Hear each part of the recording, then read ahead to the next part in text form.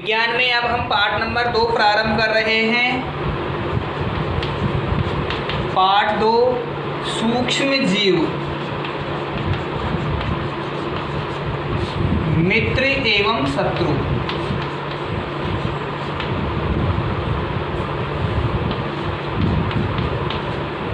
सूक्ष्म जीव जितने हमारे मित्र हैं उतने ही हमारे शत्रु भी है। वर्तमान में उत्पन्न नोवेल कोरोना अर्थात कोविड-19 वो हमारा एक सबसे बड़ा शत्रु उभर के आया है। वर्तमान में नोवेल कोरोना कोविड-19 सबसे बड़ा शत्रु उभर के आया है। पहले हम भूमिका पढ़ते हैं, सूक्ष्म जीव क्या होते हैं। वे जीव या सजीव, वे जीव या सजीव जो नग्न आँखों से, नग्न आँखों का मतलब है बिना लेंस या दूरबीन की सहायता के, नग्न आँखों से नहीं दिखाई देते,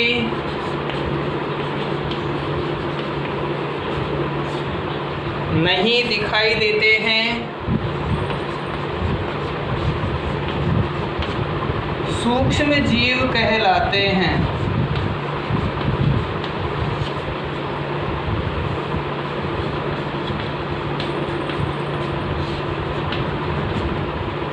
जैसे जीवाणु,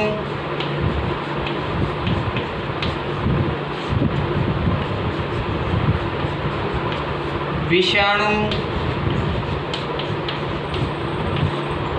विषाणु को वायरस कहा जाता है अंग्रेजी में, कवक, जीवाणु, विषाणु एवं कवक।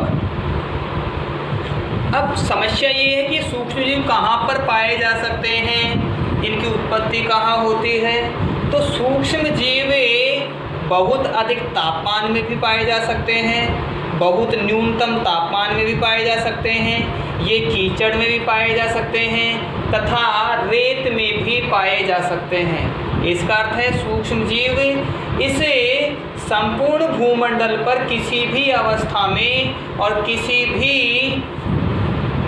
आधार में पाए जा सकते हैं, चाहे वो शुष्क हो, चाहे वो मरुस्थल हो, चाहे कोई महासागर हो, सभी स्थानों पर सूक्ष्म जीव पाए जा सकते हैं। वर्तमान में नोवेल कोरोना कोविड-19 विश्व के सभी देशों में फैला हुआ है और सभी देश इसे वायरस से उत्पन्न महामारी कोरोना उससे प्रभावित हैं। अब हम पढ़ेंगे सूक्ष्म जीवों के वर्ग। सूक्ष्म जीवों के वर्ग। सूक्ष्म जीवों को 4 प्रमुख वर्गों में बांटा गया है। सूक्ष्म जीवों को 4 प्रमुख वर्गों में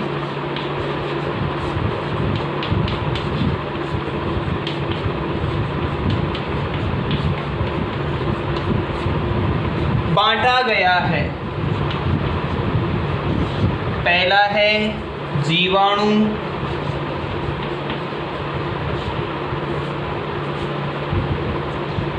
दूसरा कवक, तीसरा प्रोटोजोआ,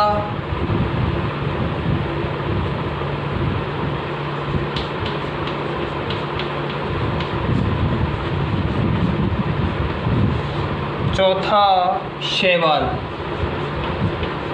ये सूक्ष्म जीव की श्रेणी में आते हैं क्योंकि ये सभी केवल जीवित कोशिका पर भी प्रभावित होते हैं। ये सभी सूक्ष्म जीव केवल जीवित कोशिका पर प्रभावी होते हैं, मृत कोशिका पर ये प्रभावी नहीं होते हैं। इनके अतिरिक्त, इन चारों के अतिरिक्त, इनके अतिरिक्त विषाणु, वायरस भी सूक्ष्म जीव होते हैं।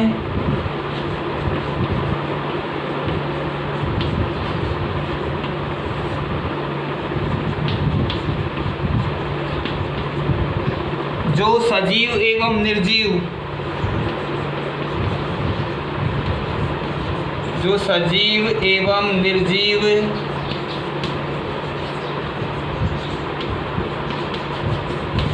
दोनों अवस्थाओं में रह सकता है,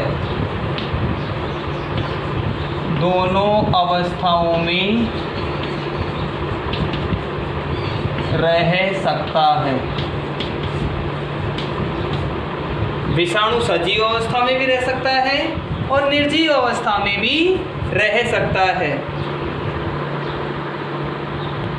यह सजीव और निर्जीव के बीच की योजक कड़ी कहलाता है।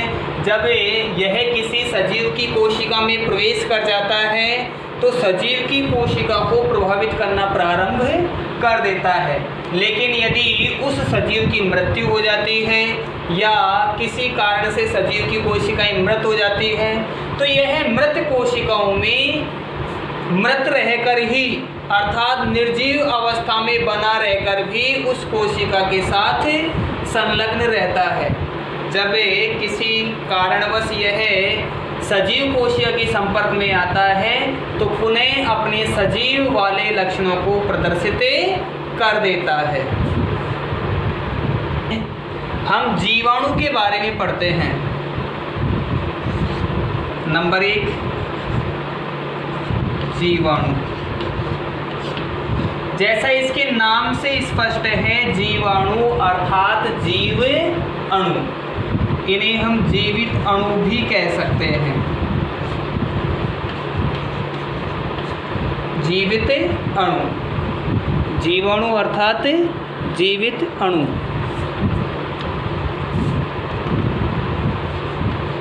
ये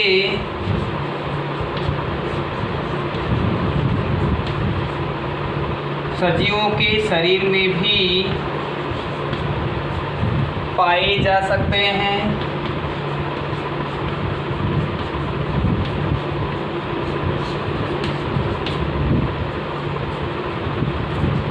जैसे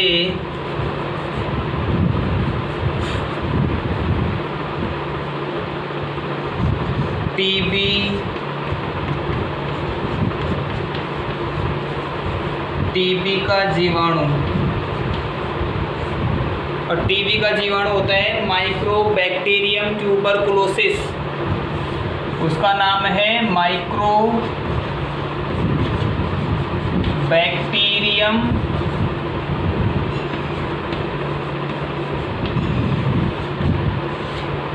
ट्यूबरकुलोसिस।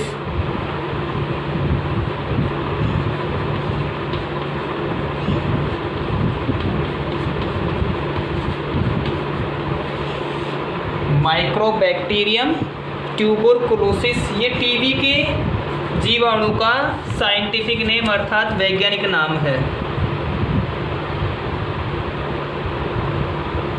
पोलियो, खसरा ये विषाणु से होते हैं।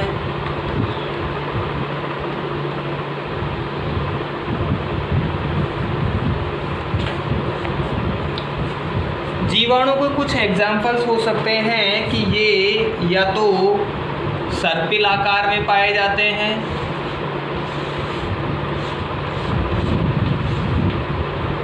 या फिर ये एक छड़ के आकार में पाए जाते हैं। सर्पिल में गोल घूमे हुए होते हैं और छड़ में ये बिल्कुल लंबे पाए जाते हैं। सर्पिल और ये छड़नुमा। इसके बाद में हम पढ़ते हैं शैवाल के बारे में। शैवाल ये हरे हरे पौधे से के समान दिखाई देते हैं। ये हरे रंग के पौधे के समान दिखाई देते हैं जो अधिकांशतः जलीय क्षेत्रों में पाए जाते हैं। ये जलीय क्षेत्रों में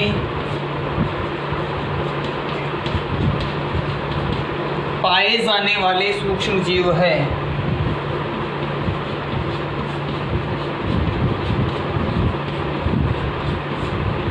पाए जाने वाले सूक्ष्म जीव है।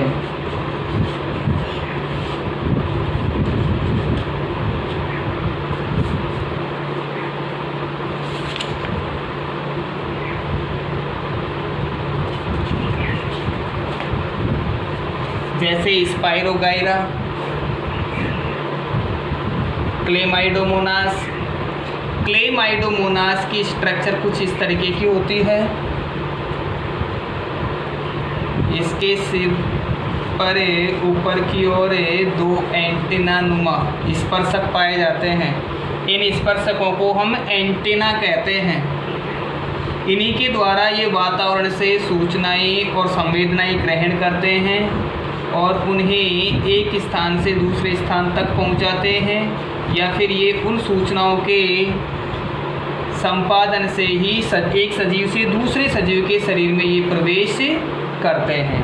क्लेमाइडोमोनास की संरचना कुछ इस तरीके से होती है।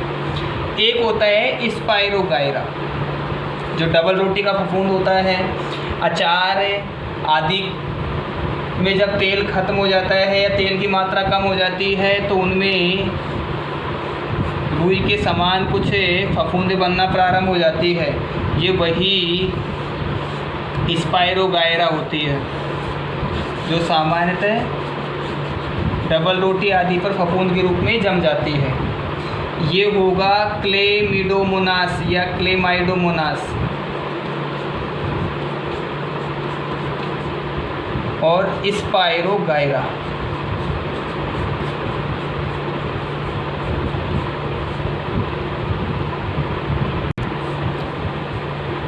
प्रोटोजोआ।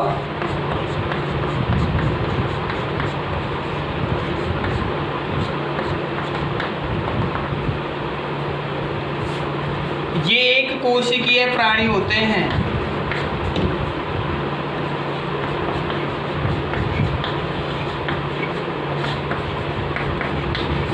एक कोशिकीय प्राणी होते हैं।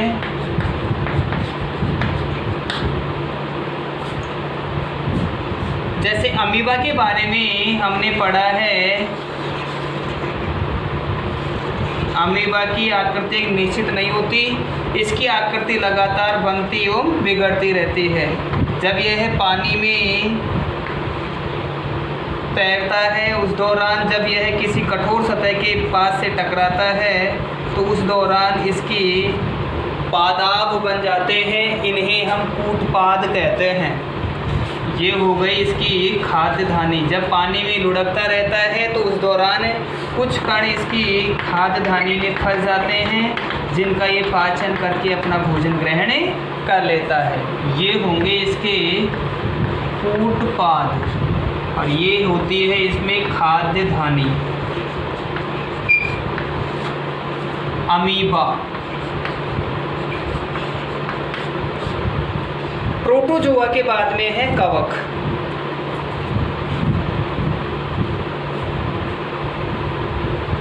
अगला है कवक।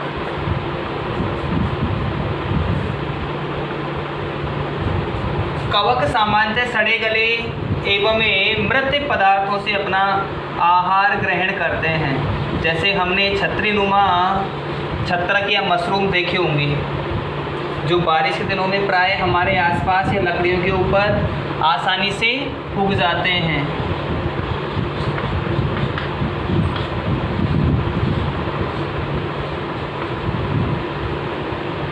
इनमें एक नलीनुमा संरचना पाई जाती है। इस नलीनुमा संरचना के ऊपर गोलाकार रचना पाई जाती है।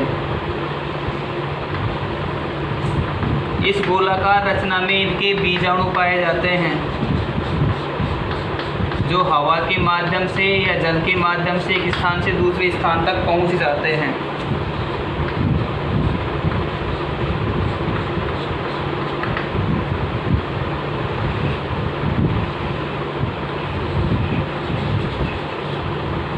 ये हो गए कवक। Bread mould.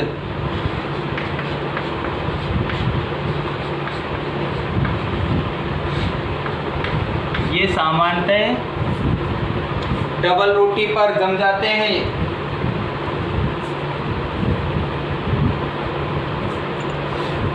इसके बाद में है, 4 तो ये हो ही गए हैं, विषाणु या वायरस।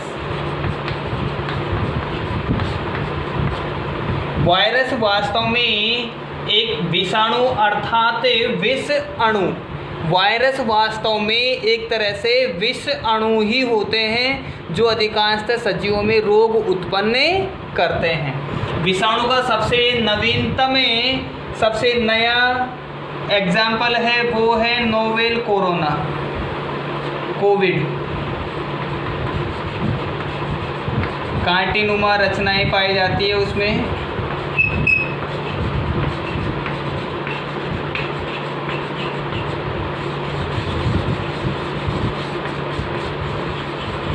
इसका साइटोप्लाज्म या सेंट्रोप्लाज्म पाया जाता है। प्रोटीन का इसमें खोल पाया जाता है। इस प्रोटीन के खोल से अपनी प्रतिकृति करने में सक्षम होता है, अर्थात जैसे इसे कोई खतरा आभास होता है अपनी प्रतिकृति बना लेता है और इनएक्टिव की श्रेणी में चला जाता है। इनएक्टिव अर्थात ये अक्रिय हो जाता है, जिस स्थिति में किसी प्रकार का कोई हलचल आदि नहीं करता है। एन कोविड।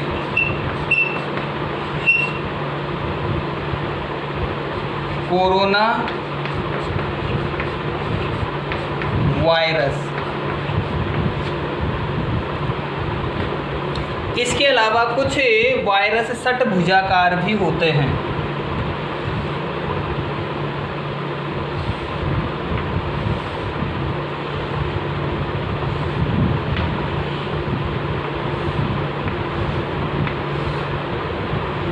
इस तरह से षटभुजाकार वायरस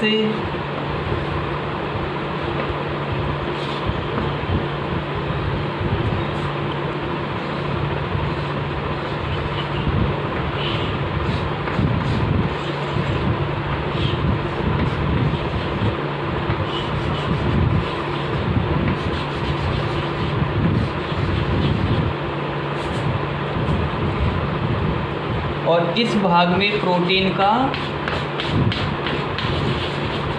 कवच पाया जाता है। आरएनए या डीएनए इनका आनुवांशिक पदार्थ होता है। ये विषाणु के प्रकार हो गए।